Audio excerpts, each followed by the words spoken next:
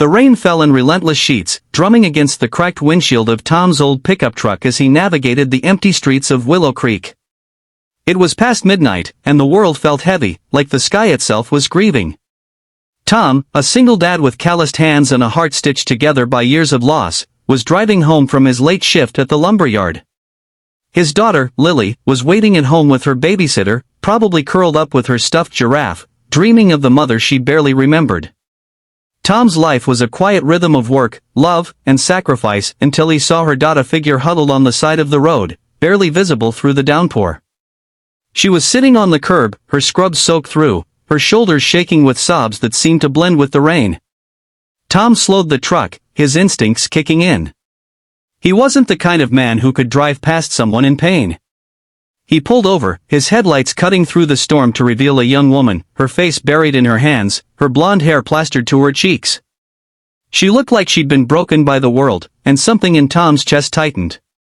He'd felt that kind of brokenness before. He stepped out, his work boots splashing in the puddles, and approached her cautiously. "Hey," he called softly, his voice barely carrying over the rain. "You okay?" The woman flinched, looking up with red-rimmed eyes that held a mix of fear and exhaustion. Her name, he'd later learn, was Sarah. She was a nurse at Willow Creek General, the kind of person who spent her days saving others but couldn't save herself from the storm she was drowning in tonight. "I'm fine," Sarah lied, her voice trembling as she wiped her face, smearing rain and tears. But she wasn't fine. Tom could see it in the way her hands shook, the way her eyes darted like she was searching for something or someone that wasn't there. He didn't push. Instead, he offered her his jacket, a worn denim thing that smelled faintly of sawdust, and said, "Come on, let's get you out of this rain." She hesitated, then nodded, climbing into the passenger seat of his truck. The cab was warm, cluttered with Lily's crayons and a half-eaten granola bar, a small reminder of the life Tom lived for. As they drove, Sarah stared out the window, her silence heavy with unspoken pain. Tom didn't pry, but he couldn't shake the feeling that she needed someone to listen. "I'm Tom," he said finally, glancing at her. "I got a little girl at home, Lily. She's 6. Keeps me on my toes." He offered a small smile, hoping to ease her guard. Sarah's lips twitched, almost a smile, but it didn't reach her eyes. "I'm Sarah," she said quietly. I work at the hospital."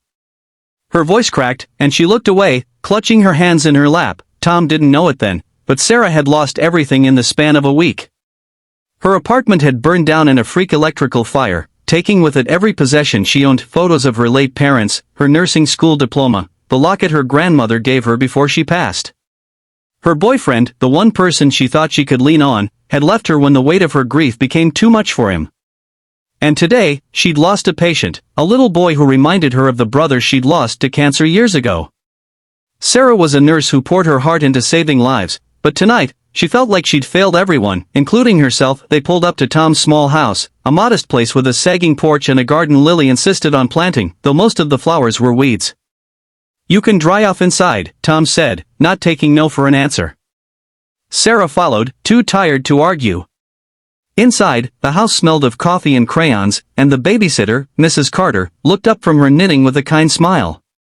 "Lily's asleep," she whispered, then glanced at Sarah with quiet understanding before slipping out the door. Tom handed Sarah a towel and a mug of tea, and they sat at the kitchen table, the rain still pounding outside. "You don't have to talk," he said, his voice steady but gentle.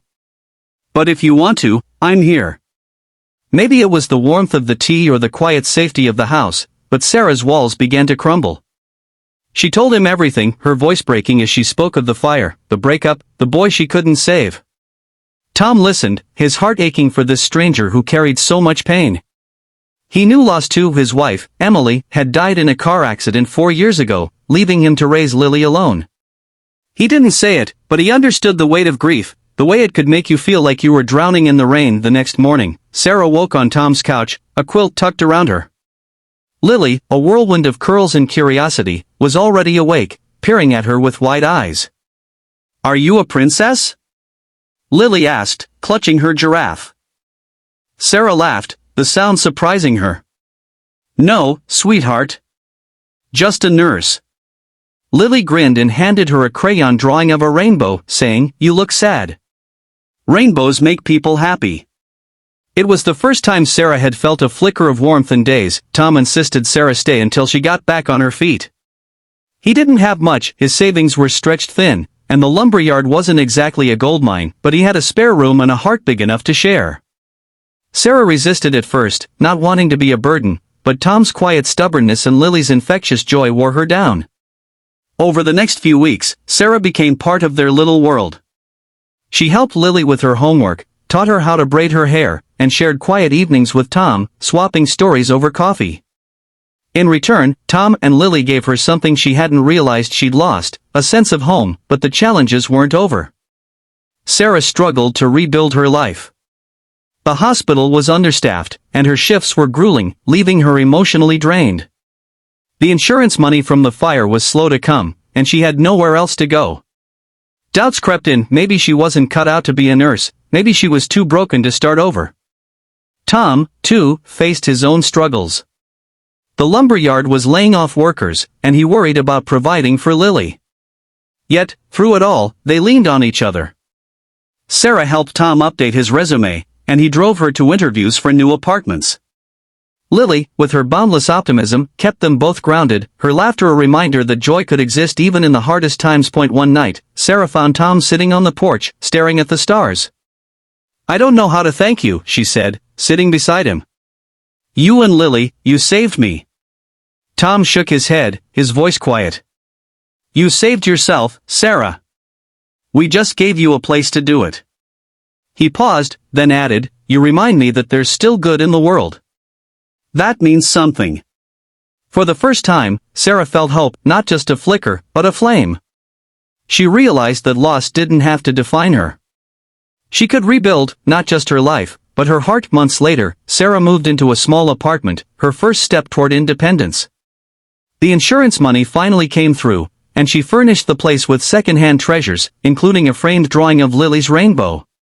She stayed on at the hospital, finding strength in her work, knowing she made a difference. Tom got a new job at a construction company, one that paid better and gave him more time with Lily. Their lives weren't perfect, but they were full of love, resilience, and the kind of hope that grows in the cracks of broken things. The story ends with Tom, Lily, and Sarah standing together at Willow Creek's annual fair, watching fireworks light up the night sky. Sarah's laughter mingles with Lily's giggles as Tom lifts his daughter onto his shoulders. The rain is long gone, replaced by a clear, starry night. The camera pans out, capturing their silhouettes against the bursts of color, a testament to the power of kindness, connection, and the unyielding strength of hope.